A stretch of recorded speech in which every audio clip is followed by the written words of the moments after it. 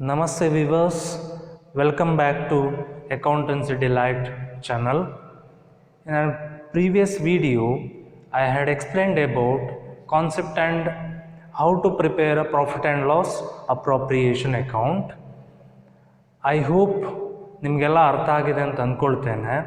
And I said in our very next video, I'll share and discuss about how to solve appropriation problems. That is what today I take an opportunity to solve very basic or simple problem which can easily understand. ಈಸಿಯಾಗಿ ಅರ್ಥ ಆಗೋ ಒಂದು profit and loss appropriation ಎಕ್ಸಾಮಲ್ಲಿ ಕೇಳುವಂಥ ಪ್ರಾಬ್ಲಮನ್ನು solve ಮಾಡಿ ತೋರಿಸ್ತೇನೆ.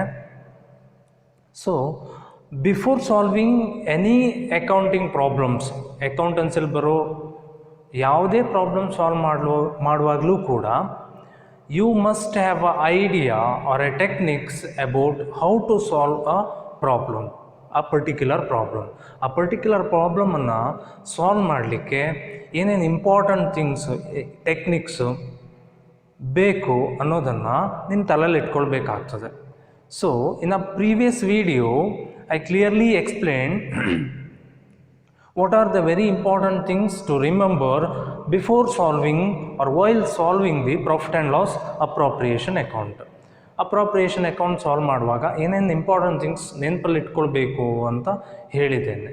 But today we can recall ourselves once again. ಮತ್ತೊಂದು ಸಲ ಅದನ್ನು ರೀಕಾಲ್ ಮಾಡ್ಕೊಳ್ಳೋಣ. So very important thing is, first one is profit and loss appropriation account starts with a net profit and or net loss.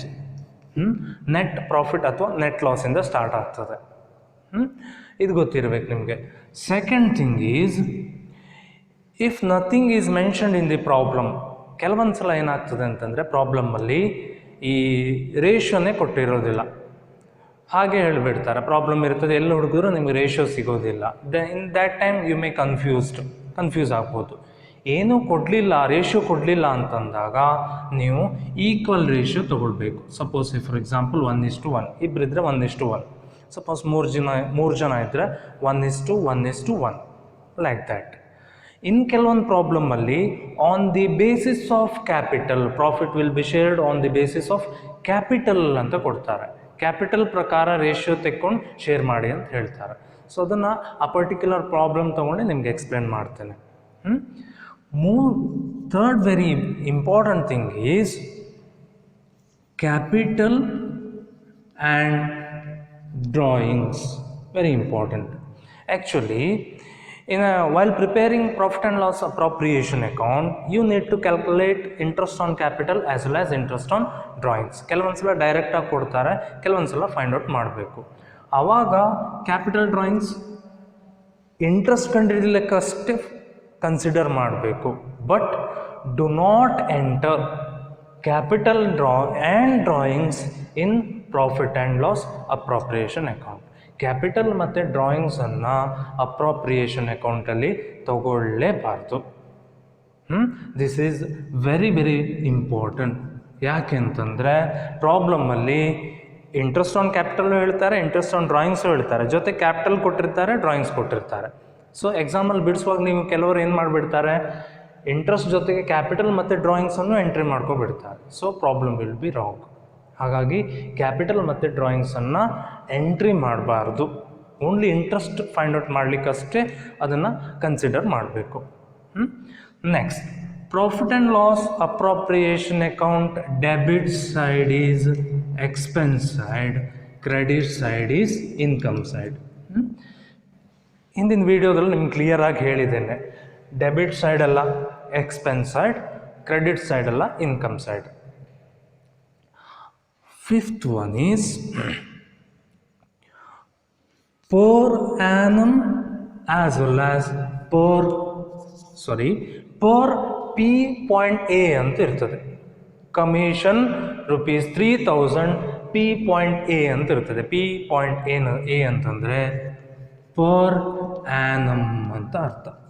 Per annum ಅಂತಂದರೆ ನಿಮ್ಗೆ ಗೊತ್ತಿದೆ, we are doing the accounts for the year ending, every year ending. ಎಲ್ಲ ವರ್ಷದ ಕೊನೆಗೆ ನಾವೇನಿದ್ರು ಲೆಕ್ಕಾಚಾರ ಮಾಡೋದು ಅಂತ ಹೇಳ್ತೇವೆ, ಅಕೌಂಟಿಂಗ್ ಅಂತ ಹೇಳ್ತೇವೆ. ಯಾವುದೇ ಇರಲಿ, ಅಪ್ರಾಪ್ರಿಯೇಷನ್ ಅಕೌಂಟ್ ಇರಲಿ, ಬ್ಯಾಲೆನ್ಸ್ ಶೀಟ್ ಇರಲಿ, ಪ್ರಾಫಿಟ್ ಆ್ಯಂಡ್ ಲಾಸ್ ಅಕೌಂಟ್ ಇರಲಿ, ಇಯರ್ ಎಂಡಿಂಗ್ ಒಂದು ವರ್ಷಕ್ಕೆ ಒಂದ್ಸಲಿ ನಾವು ಅಕೌಂಟ್ಸ್ ಮಾಡ್ತೇವೆ. ಸೊ ಪರ್ ಆ್ಯನಮ್ ಅಂತಂದರೆ ಒಂದು ವರ್ಷಕ್ಕೆ ಅಂತ ಅರ್ಥ. P.A ಫುಲ್ ಫಾರ್ಮ್ ಏನು? Per annum. Very important, very sensitive matter. ಸೂಕ್ಷ್ಮ ವಿಚಾರ, ಇದು ಪ್ರಾಬ್ಲಮ್ ನೀವು ಅರ್ಥ ಮಾಡ್ಕೊಳ್ಬೇಕು. ಪರ್ ಆ್ಯನಮ್ ಅಂತಂದರೆ ಒಂದು ವರ್ಷಕ್ಕೆ ಅಂತ ಅರ್ಥ. As same P.M. P.M ಅಂತಂದರೆ ಪರ್ ಮಂತ್ ಅಂತ ಅರ್ಥ. Try to understand the difference between per annum as well as per month. Per annum ಅಂದರೆ ಒಂದು ವರ್ಷಕ್ಕೆ, annually, it is also called as annually. Per P.M ಅಂದರೆ ಪರ್ ಮಂತ್ ಅಂತ ಅರ್ಥ. ಒಂದು ತಿಂಗಳಿಗೆ ಅಂತ ಅರ್ಥ. ಸಪೋಸ್ ಸ್ಯಾಲರಿ ಪರ್ ಮಂತ್ ಅಂತ ಕೊಡೋದಿಲ್ಲ ಕೆಲವೊಂದು ಪ್ರಾಬ್ಲಮಲ್ಲಿ. ಸ್ಯಾಲರಿ ರುಪೀಸ್ 200 P.M ಅಂತ ಕೊಟ್ಬಿಡ್ತಾರೆ. ಕೆಲವರು ಏನು ಮಾಡಿಬಿಡ್ತಾರೆ, ಈ 200 ಅಷ್ಟೇ ತೊಗೊಬಿಡ್ತಾರೆ. That is wrong. ಒಂದು ವರ್ಷದ ಅಕೌಂಟ್ಸ್ ಮಾಡ್ತಿದ್ದೇವೆ, ಅವಾಗ ಹೆಂಗೆ ತೊಗೋಬೇಕು ನಾವು? 200 × 12 ಮಾಡಿ ಟೋಟಲ್ ಅಮೌಂಟನ್ನು ತೊಗೊಳ್ಬೇಕು. As well as commission ₹3,000 per annum P.A ಕೊಟ್ಟಿರ್ತಾರೆ. ಆ 3,000 ಅನ್ನು ಡೈರೆಕ್ಟಾಗಿ ತೊಗೊಂಡ್ರೆ ಆಯ್ತು. ಒಂದು ವರ್ಷದ್ದು ಇದೆ ಅಂತ ಅರ್ಥ.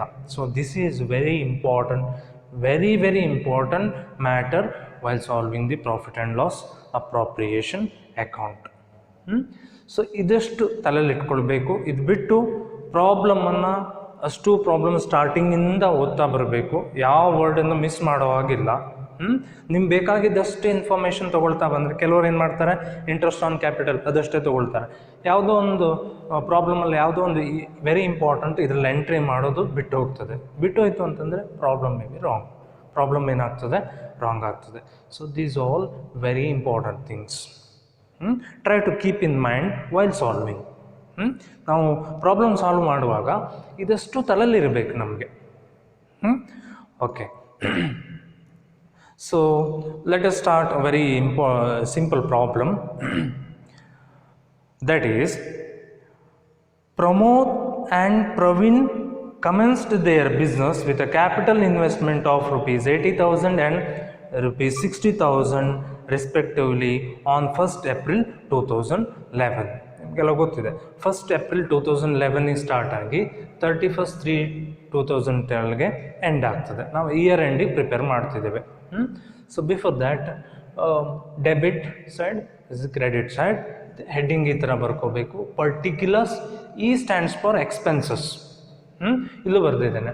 I stands for incomes. Actually ಇದು ನೀವು ಬರೀಬೇಕು ಅಂತಿಲ್ಲ ಎಕ್ಸಾಮಲ್ಲಿ, ಅಥವಾ ನೀವು ರೂಢಿ ಇಟ್ಕೊಳ್ಬೇಕು ಅಂತಿಲ್ಲ. ಇ ಮತ್ತು ಐ ನಿಮಗೆ ಅರ್ಥ ಆಗಲಿ ಅನ್ನೋ ಉದ್ದೇಶದಿಂದ ಇದು ಬರೆದಿದ್ದೇನೆ. Only you write particular rupees, debit side, credit side.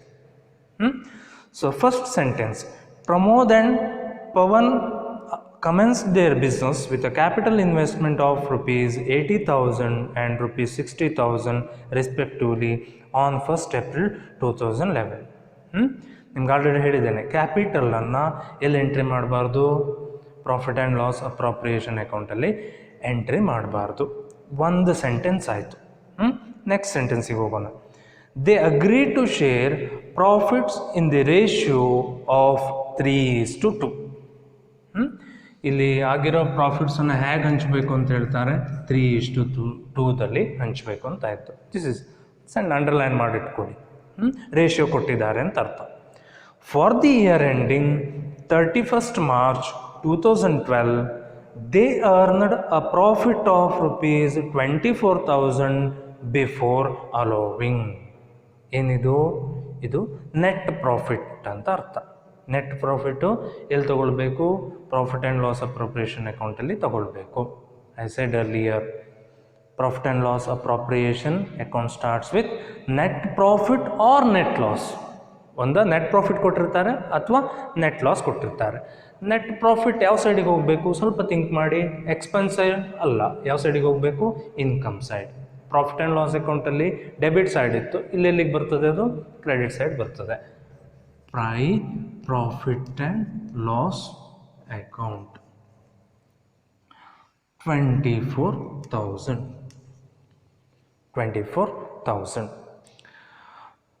Next ಒಂದೇ ಎಂಟ್ರಿ, ಒಂದೇ ಅಕೌಂಟ್ ಮಾಡ್ತೇವೆ, ಒಂದೇ entry.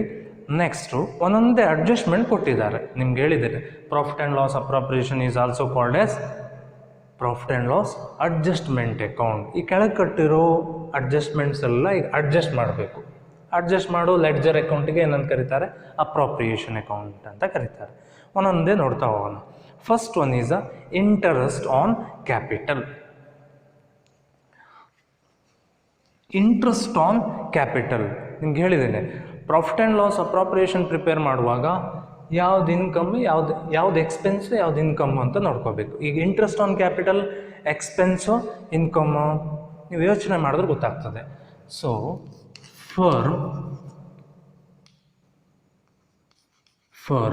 As well as partners. ನಾವು ಫರ್ಮ್ ಮತ್ತು ಪಾರ್ಟ್ನರ್ಸ್ ನಾವು ಯಾರ ಪ್ರಕಾರ ಅಕೌಂಟ್ಸ್ ಮಾಡ್ತಿದ್ದೇವೆ? ಫರ್ಮ್ ಪ್ರಕಾರ, on the basis of firm.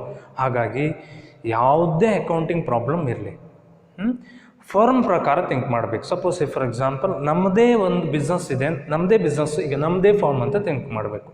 Interest on capital, capital ತಂದವರು ಯಾರು? ಪಾರ್ಟ್ನರ್ಸ್. ಈಗ ಇಂಟ್ರೆಸ್ಟ್ ಕೊಡೋರು ಯಾರು? ಫರ್ಮ್ ಅವರಿಗೆ ಏನು ಕೊಡಬೇಕು? ಇಂಟ್ರೆಸ್ಟ್ ಕೊಡಬೇಕು. ಸೊ ಫರ್ಮಿಗೆ ಇಂಟ್ರೆಸ್ಟ್ ಆನ್ ಕ್ಯಾಪಿಟಲ್ ಏನಾಗ್ತದೆ? Automatically debt easy we can get a idea that is expense. ಏನಾಗ್ತದೆ ಹೇಳಿ? ಎಕ್ಸ್ಪೆನ್ಸ್ ಆಗ್ತದೆ. ಸೊ ಯಾವ ಸೈಡ್ ಬರೀಬೇಕು? ಎಕ್ಸ್ಪೆನ್ಸ್ ಅಲ್ಲ, ಡೆಬಿಟ್ ಸೈಡ್. ಟು ಇಂಟರೆಸ್ಟ್, ಶಾರ್ಟಾಗಿ ಬರೀತೇನೆ, interest on capital account. INT means interest, you can understand, I hope. To interest on capital. ಇಲ್ಲಿ Pramod and Pavan 2 ಜನ ಪಾರ್ಟ್ನರ್ಸ್ ಇದ್ದಾರೆ. 2 ಜನರಿಗೆ ಎಷ್ಟು ಪರ್ಸೆಂಟ್ ಹೇಳಿದ್ದಾರೆ ನೋಡಿ, ಅಲ್ಲಿ ಅಬ್ಸರ್ವ್ ಮಾಡಿ. Interest on capital at 6% P.A ಅಂತ ಇದೆ. P.A ಅಂದರೆ ಏನು ಹೇಳಿದ್ದೇನೆ? Per annum. P.A ಅಂತ ಪ್ರೊನೌನ್ಸ್ ಮಾಡೋದಿಲ್ಲ, ಅದು ಏನಂತ ಕರಿಬೇಕು, ಏನಂತ ಓದಬೇಕು ನೀವು? ಪರ್ ಆ್ಯನಮ್ ಅಂತಲೇ ಓದಬೇಕು. 1 ವರ್ಷಕ್ಕೆ 6% ಇಂಟ್ರೆಸ್ಟ್ ಅಂತ ಅರ್ಥ. ಅವ್ರವ್ರ ಕ್ಯಾಪಿಟಲ್ ಎಷ್ಟಿದೆ ನೋಡಿ. ಫಸ್ಟ್ ಯಾರು?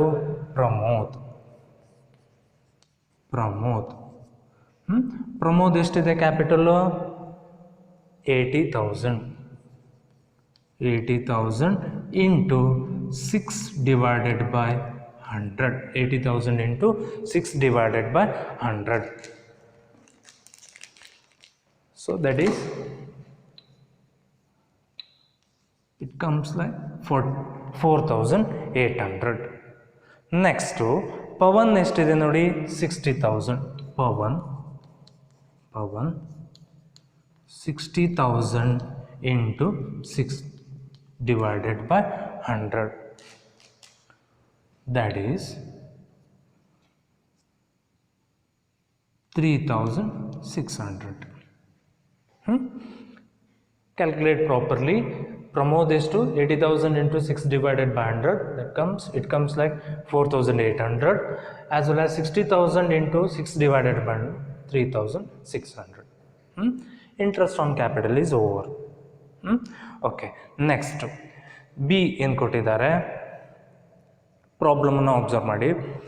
Annual salary to Pavan ₹5,000. Read once again.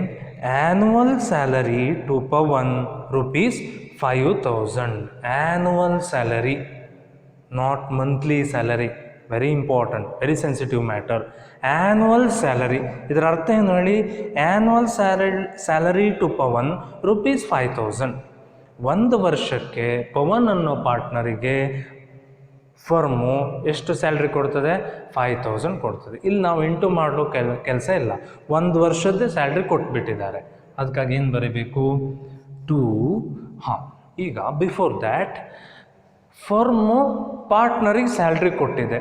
So expense ಆಗ್ತದೋ ಇನ್ಕಮ್ ಆಗ್ತದೋ? Automatically it is an expense. So to Pavan's salary account to Pavan's salary account. ಎಷ್ಟದು ಡೈರೆಕ್ಟಾಗಿ ಔಟ್ರ್ ಕಾಲಮಲ್ಲಿ 5000 ತಗೊಳ್ಳೋದು. ಇದು ಅರ್ಥ ಆಗಿದೆ ಅನಿಸ್ತದೆ. ಆ್ಯನ್ಯುವಲಿ ಅಂತ ಕೊಟ್ಬಿಟ್ಟಿದ್ದಾರೆ 1 ವರ್ಷಕ್ಕೆ, ನಾವು 1 ವರ್ಷದ್ದೇ ಅಕೌಂಟ್ ಮಾಡ್ತಿದ್ದೇವೆ. ಸಪೋಸ್ ಪರ್ ಮಂತ್ ಇದ್ದರೆ ನಾವು ಇಂಟು ಮಾಡಿ ತೊಗೊಳ್ಬೇಕಿತ್ತು. So second adjustment is over. Next third one is interest on drawings. Pramod rupees 1500 and Pavan rupees 1000. Interest on ಡ್ರಾಯಿಂಗ್ಸನ್ನು ಅವ್ರು ಕ್ಯಾಲ್ಕುಲೇಟ್ ಮಾಡಿ ಕೊಟ್ಬಿಟ್ಟಿದ್ದಾರೆ. ಎಷ್ಟು? 1500 ಆ್ಯಂಡ್ ಪವನ್ rupees 1000. ಈಗ ಥಿಂಕ್ ಮಾಡಿ, ಇದು ಇನ್ಕಮು ಎಕ್ಸ್ಪೆನ್ಸು ಥಿಂಕ್ ಮಾಡಿ. ಡ್ರಾಯಿಂಗ್ಸ್ ಅಂದರೆ ಯಾರು ತೊಗೊಂಡದ್ದು? ಪಾರ್ಟ್ನರ್ಸು ಫರ್ಮಿಂದ ತೊಗೊಂಡಿದ್ದಾರೆ. That is called as drawings. ಅವ್ರ ಪರ್ಸ್ನಲ್ ಯೂಸಿಗೆ, ಏನೋ ಪರ್ಸ್ನಲ್ ಯೂಸಿಗೆ ಬಿಸ್ನೆಸ್ಸಿನ ದುಡ್ಡನ್ನು ತೊಗೊಂಡಿದ್ದಾರೆ, ಅದಕ್ಕೆ ಡ್ರಾಯಿಂಗ್ಸ್ ಅಂತ ಕರೀತಾರೆ. ಈಗ ಇಂಟ್ರೆಸ್ಟ್ ಆನ್ ಡ್ರಾಯಿಂಗ್ಸ್ ಅಂದರೆ ಯಾರು ಇಂಟ್ರೆಸ್ಟ್ ಕೊಡಬೇಕು? ಯಾರಿಗೆ? ಪಾರ್ಟ್ನರ್ಸು ಡ್ರಾಯಿಂಗ್ಸ್ ಮೇಲೆ ಫರ್ಮಿಗೆ ಇಂಟ್ರೆಸ್ಟ್ ಕೊಡ್ತಾರೆ. You can understand. ಇಲ್ಲಿ ನೋಡಿ, ಇಂಟ್ರೆಸ್ಟ್ ಕೊಡ್ತಾರೆ ಯಾರು? ಪಾರ್ಟ್ನರ್ಸು ಫರ್ಮಿಗೆ ಇಂಟ್ರೆಸ್ಟ್ ಕೊಡ್ತಾರೆ. ಸೊ ಇದು ಇಲ್ಲಿ ದುಡ್ಡು ಫರ್ಮಿಗೆ ಬರ್ತದೆ. ಸೊ ಫರ್ಮಿಗೆ ದುಡ್ಡು ಬಂದರೆ ಅದು ಇನ್ಕಮ್. ಫರ್ಮಿಂದ ಏನಾದ್ರು ಖರ್ಚಾದರೆ, ಎಕ್ಸ್ಪೆನ್ಸ್ ಆದರೆ, ಪೇಮೆಂಟ್ ಆದರೆ ಅದು ಎಕ್ಸ್ಪೆನ್ಸ್. ಸೊ ಇಲ್ಲಿ ಇಂಟ್ರೆಸ್ಟ್ ರಿಸೀವ್ ಆಗಿದೆ. So interest on drawings income. ಯಾವ ಸೈಡಿಗೆ ಬರೀಬೇಕಾಯಿತು? Credit side. So by interest on drawings account.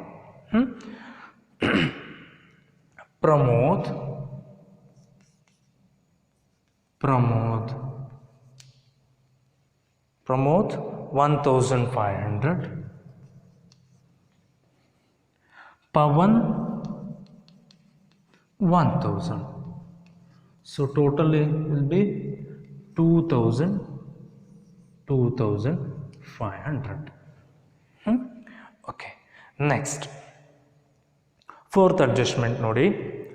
Partners drawings Pramod rupees 15,000 and Pavan rupees 10,000. This is very important. So most of the students will do this kind of a mistake. ಏನು ಅಂತಂದರೆ ಇಷ್ಟೆಲ್ಲ adjustment ಜೊತೆಗೆ ಅದನ್ನು ಕೊಟ್ಟಿದ್ದಾರೆ, ಅದನ್ನು ಡ್ರಾಯಿಂಗ್ಸನ್ನು ಕೆಲವರು ಇಲ್ಲಿ ಬರೆದು ಬಿಡ್ತಾರೆ. So wrong. So that's what I early shed. ಏನು ಹೇಳಿದೆ? ಡ್ರಾಯಿಂಗ್ಸ್ ಮತ್ತು ಕ್ಯಾಪಿಟಲನ್ನು ಅಪ್ರಾಪ್ರಿಯೇಷನ್ ಅಕೌಂಟಲ್ಲಿ ತೊಗೊಳ್ಳೇಬಾರ್ದು, ಅದು ಅವ್ರವ್ರ ಕ್ಯಾಪಿಟಲ್ ಅಕೌಂಟಿಗೆ ಹೋಗ್ತದೆ. ಸೊ ಇಲ್ಲಿ ಡ್ರಾಯಿಂಗ್ಸನ್ನು ನೀವು ಎಂಟ್ರಿ ಮಾಡಲಿಕ್ಕೆ ಹೋಗಬಾರ್ದು. Okay, last, you are required to prepare profit and loss appropriation account of the firm. So starting ಸೆಂಟೆನ್ಸಿಂದ ಎಂಡಿಂಗ್ ಸೆಂಟೆನ್ಸ್ವರೆಗೂ ನಾವು ಓದ್ತಾ ಒಂದೊಂದೇ ಅಡ್ಜಸ್ಟ್ಮೆಂಟನ್ನು ಎಂಟ್ರಿ ಮಾಡ್ತಾ ಬಂದಾಯಿತು. ಲೆಡ್ಜರ್ ಅಕೌಂಟಿಗೆ ಅಷ್ಟು ಎಂಟ್ರಿ ಮಾಡಿದ್ವಿ. ಈಗ ಲಾಸ್ಟ್ ಕೊನೆ ಕೆಲಸ ಏನು ಹೇಳಿ? ಟೋಟಲ್ ಮಾಡೋದು. ಉಳಿದಿದ್ದನ್ನು ಪಾರ್ಟ್ನರ್ಸಿಗೆ ಶೇರ್ ಮಾಡಬೇಕು.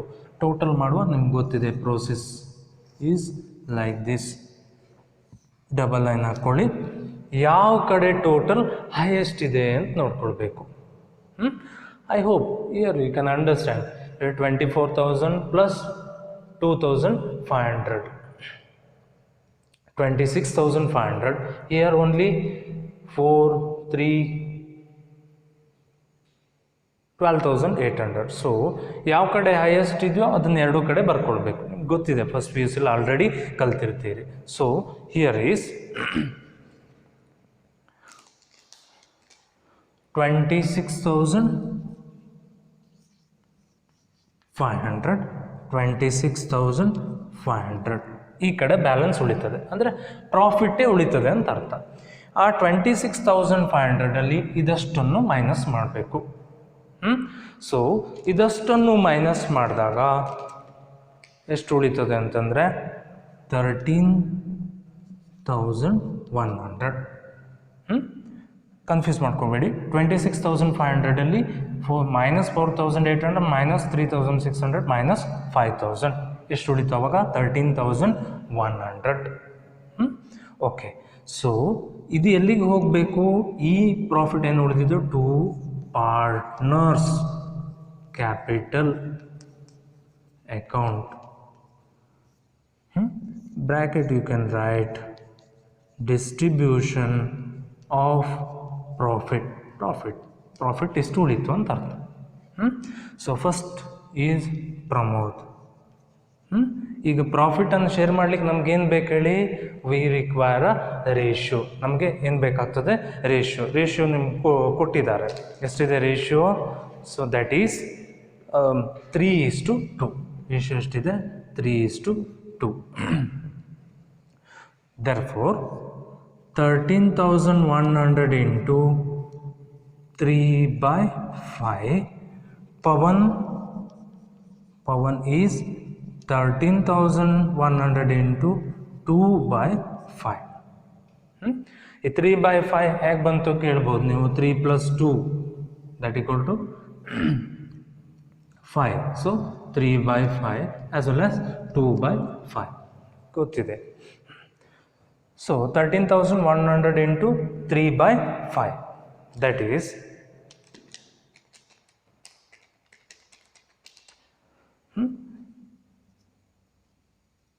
7,860.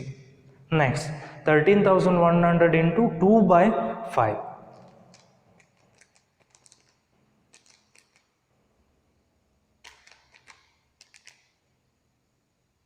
5,240. 5,240 ಎರಡು ಆ್ಯಡ್ ಮಾಡಿದರೆ ನಿಮಗೆ 13,100 ಬರ್ತದೆ. So this is all about preparation of profit and loss appropriation account. So with a problem you can understand. ನಿಮ್ಗೆ ಅರ್ಥ ಆಗ್ತದೆ ನೋಡಿ. ಆಗಿದ್ದು ಪ್ರಾಫಿಟ್ ಎಷ್ಟು? 24,000. ಅದರಲ್ಲಿ ಫರ್ಮಿಗೆ 2,500 ಇನ್ಕಮ್ ಬಂದಿದೆ. ಟೋಟಲ್ ಎಷ್ಟಾಯಿತು? 26,500. ಅದರಲ್ಲಿ ಇಷ್ಟು ಈ 3 ಎಕ್ಸ್ಪೆನ್ಸ್ ಕೊಡೋದಿತ್ತು, ಅದನ್ನು ಕೊಟ್ವಿ ನಾವು. ಸೊ ಪ್ರಾಫಿಟ್ ಉಳಿದಿದ್ದು ಎಷ್ಟಾಯಿತು? ಪಾರ್ಟ್ನರ್ಸಿಗೆ ಹಂಚ್ಕೊಳ್ಳಿಕ್ಕೆ 13,100. These 13,100 is shared in the ratio of 3:2. 3:2 ಹಂಚ್ಕೊಳ್ತಾರೆ. ಆವಾಗ ಪ್ರಮೋದ್ನಿಗೆ ಎಷ್ಟು ಸಿಗ್ತದೆ? 7,860 ಆ್ಯಂಡ್ ಪವನ್ ವಿಲ್ ಗೆಟ್ 5,240. ನೋಡಿ, ಹಿಯರ್ ಯು ಕ್ಯಾನ್ ಅಂಡರ್ಸ್ಟ್ಯಾಂಡ್ ಪಾರ್ಟ್ನರ್ಶಿಪ್ಪಲ್ಲಿ ಹೇಗೆ ಪ್ರಾಫಿಟ್ಸನ್ನು ಹಂಚ್ಕೊಳ್ತಾರೆ ಅನ್ನೋದು ಪ್ರಾಫಿಟ್ ಆ್ಯಂಡ್ ಲಾಸ್ ಅಪ್ರಾಪ್ರಿಯೇಷನ್ ಅಕೌಂಟಿಂದ ಗೊತ್ತಾಗ್ತದೆ. So it is called as appropriation account. Appropriation ಅಂದರೆ ಹಂಚೋದು ಅಂತ ಅರ್ಥ. Okay, so this is all about preparation of profit and loss appropriation account. So I have taken a problem. ಯಾವ problem ತೊಗೊಂಡಿದ್ದೇನೆ ಅಂತಂದರೆ, ಈಗ PU ಬೋರ್ಡಿಂದ ಒಂದು ಕ್ವಶನ್ ಬ್ಯಾಂಕ್ ಅಂತ ಮಾಡಿದ್ದಾರೆ, which will be beneficial to examination. ಅದರದ್ದೇ ಸೆಲೆಕ್ಟೆಡ್ ಪ್ರಾಬ್ಲಮ್, ಬೇಸಿಕ್ ಪ್ರಾಬ್ಲಮನ್ನು ತೊಗೊಂಡಿದ್ದೇನೆ. ಇದೇ ಥರ ಪ್ರಾಬ್ಲಮನ್ನು 6 ಮಾರ್ಕ್ಸಿಗೆ ಕೇಳ್ತಾರೆ. Very important. ಆ 6 ಮಾರ್ಕ್ಸಿಗೆ ಎಕ್ಸಾಮಲ್ಲಿ ಕೇಳ್ತಾರೆ. ಸೊ ನಿಮ್ಗೆ ಅರ್ಥ ಆಗಿದೆ ಅಂತ ಅಂದ್ಕೊಳ್ತೇನೆ. ನಿಮ್ಗೆ ಅರ್ಥ ಆಗಲಿಲ್ಲ ಅಂದರೆ ಕಮೆಂಟ್ ಬಾಕ್ಸಲ್ಲಿ ನೀವು ಕಮೆಂಟ್ ಮಾಡ್ಬೋದು. By that I can solve. And ಇನ್ನು ನೆಕ್ಸ್ಟ್ ವೀಡಿಯೋ, ಮುಂದಿನ ವೀಡಿಯೋದಲ್ಲಿ ಇದೇ ಥರದ ಬೇರೆ ಬೇರೆ ರೀತಿ ಅಡ್ಜಸ್ಟ್ಮೆಂಟ್ ಬರೋದು, ಬೇರೆ ಬೇರೆ ರೀತಿ, ಒಂದೇ ಥರ ಪ್ರಾಬ್ಲಮ್ ಇರೋದಿಲ್ಲ. There will be different problems in profit and loss appropriation account. So ಅದನ್ನೆಲ್ಲ ಸಾಲ್ವ್ ಮಾಡಿಕೊಡ್ತೇನೆ. ಸೊ ಅದಕ್ಕಾಗಿ if you wanted to learn more especially in accountancy, so please subscribe and ಪಕ್ಕದಲ್ಲಿರೋ ಬೆಲ್ ಬಟನನ್ನು ಕ್ಲಿಕ್ ಮಾಡಿ. By that you will get an notification. ನಾನು video upload ಮಾಡಿದಾಗ ನಿಮಗೆ notification ಬರ್ತದೆ. So thank you very much.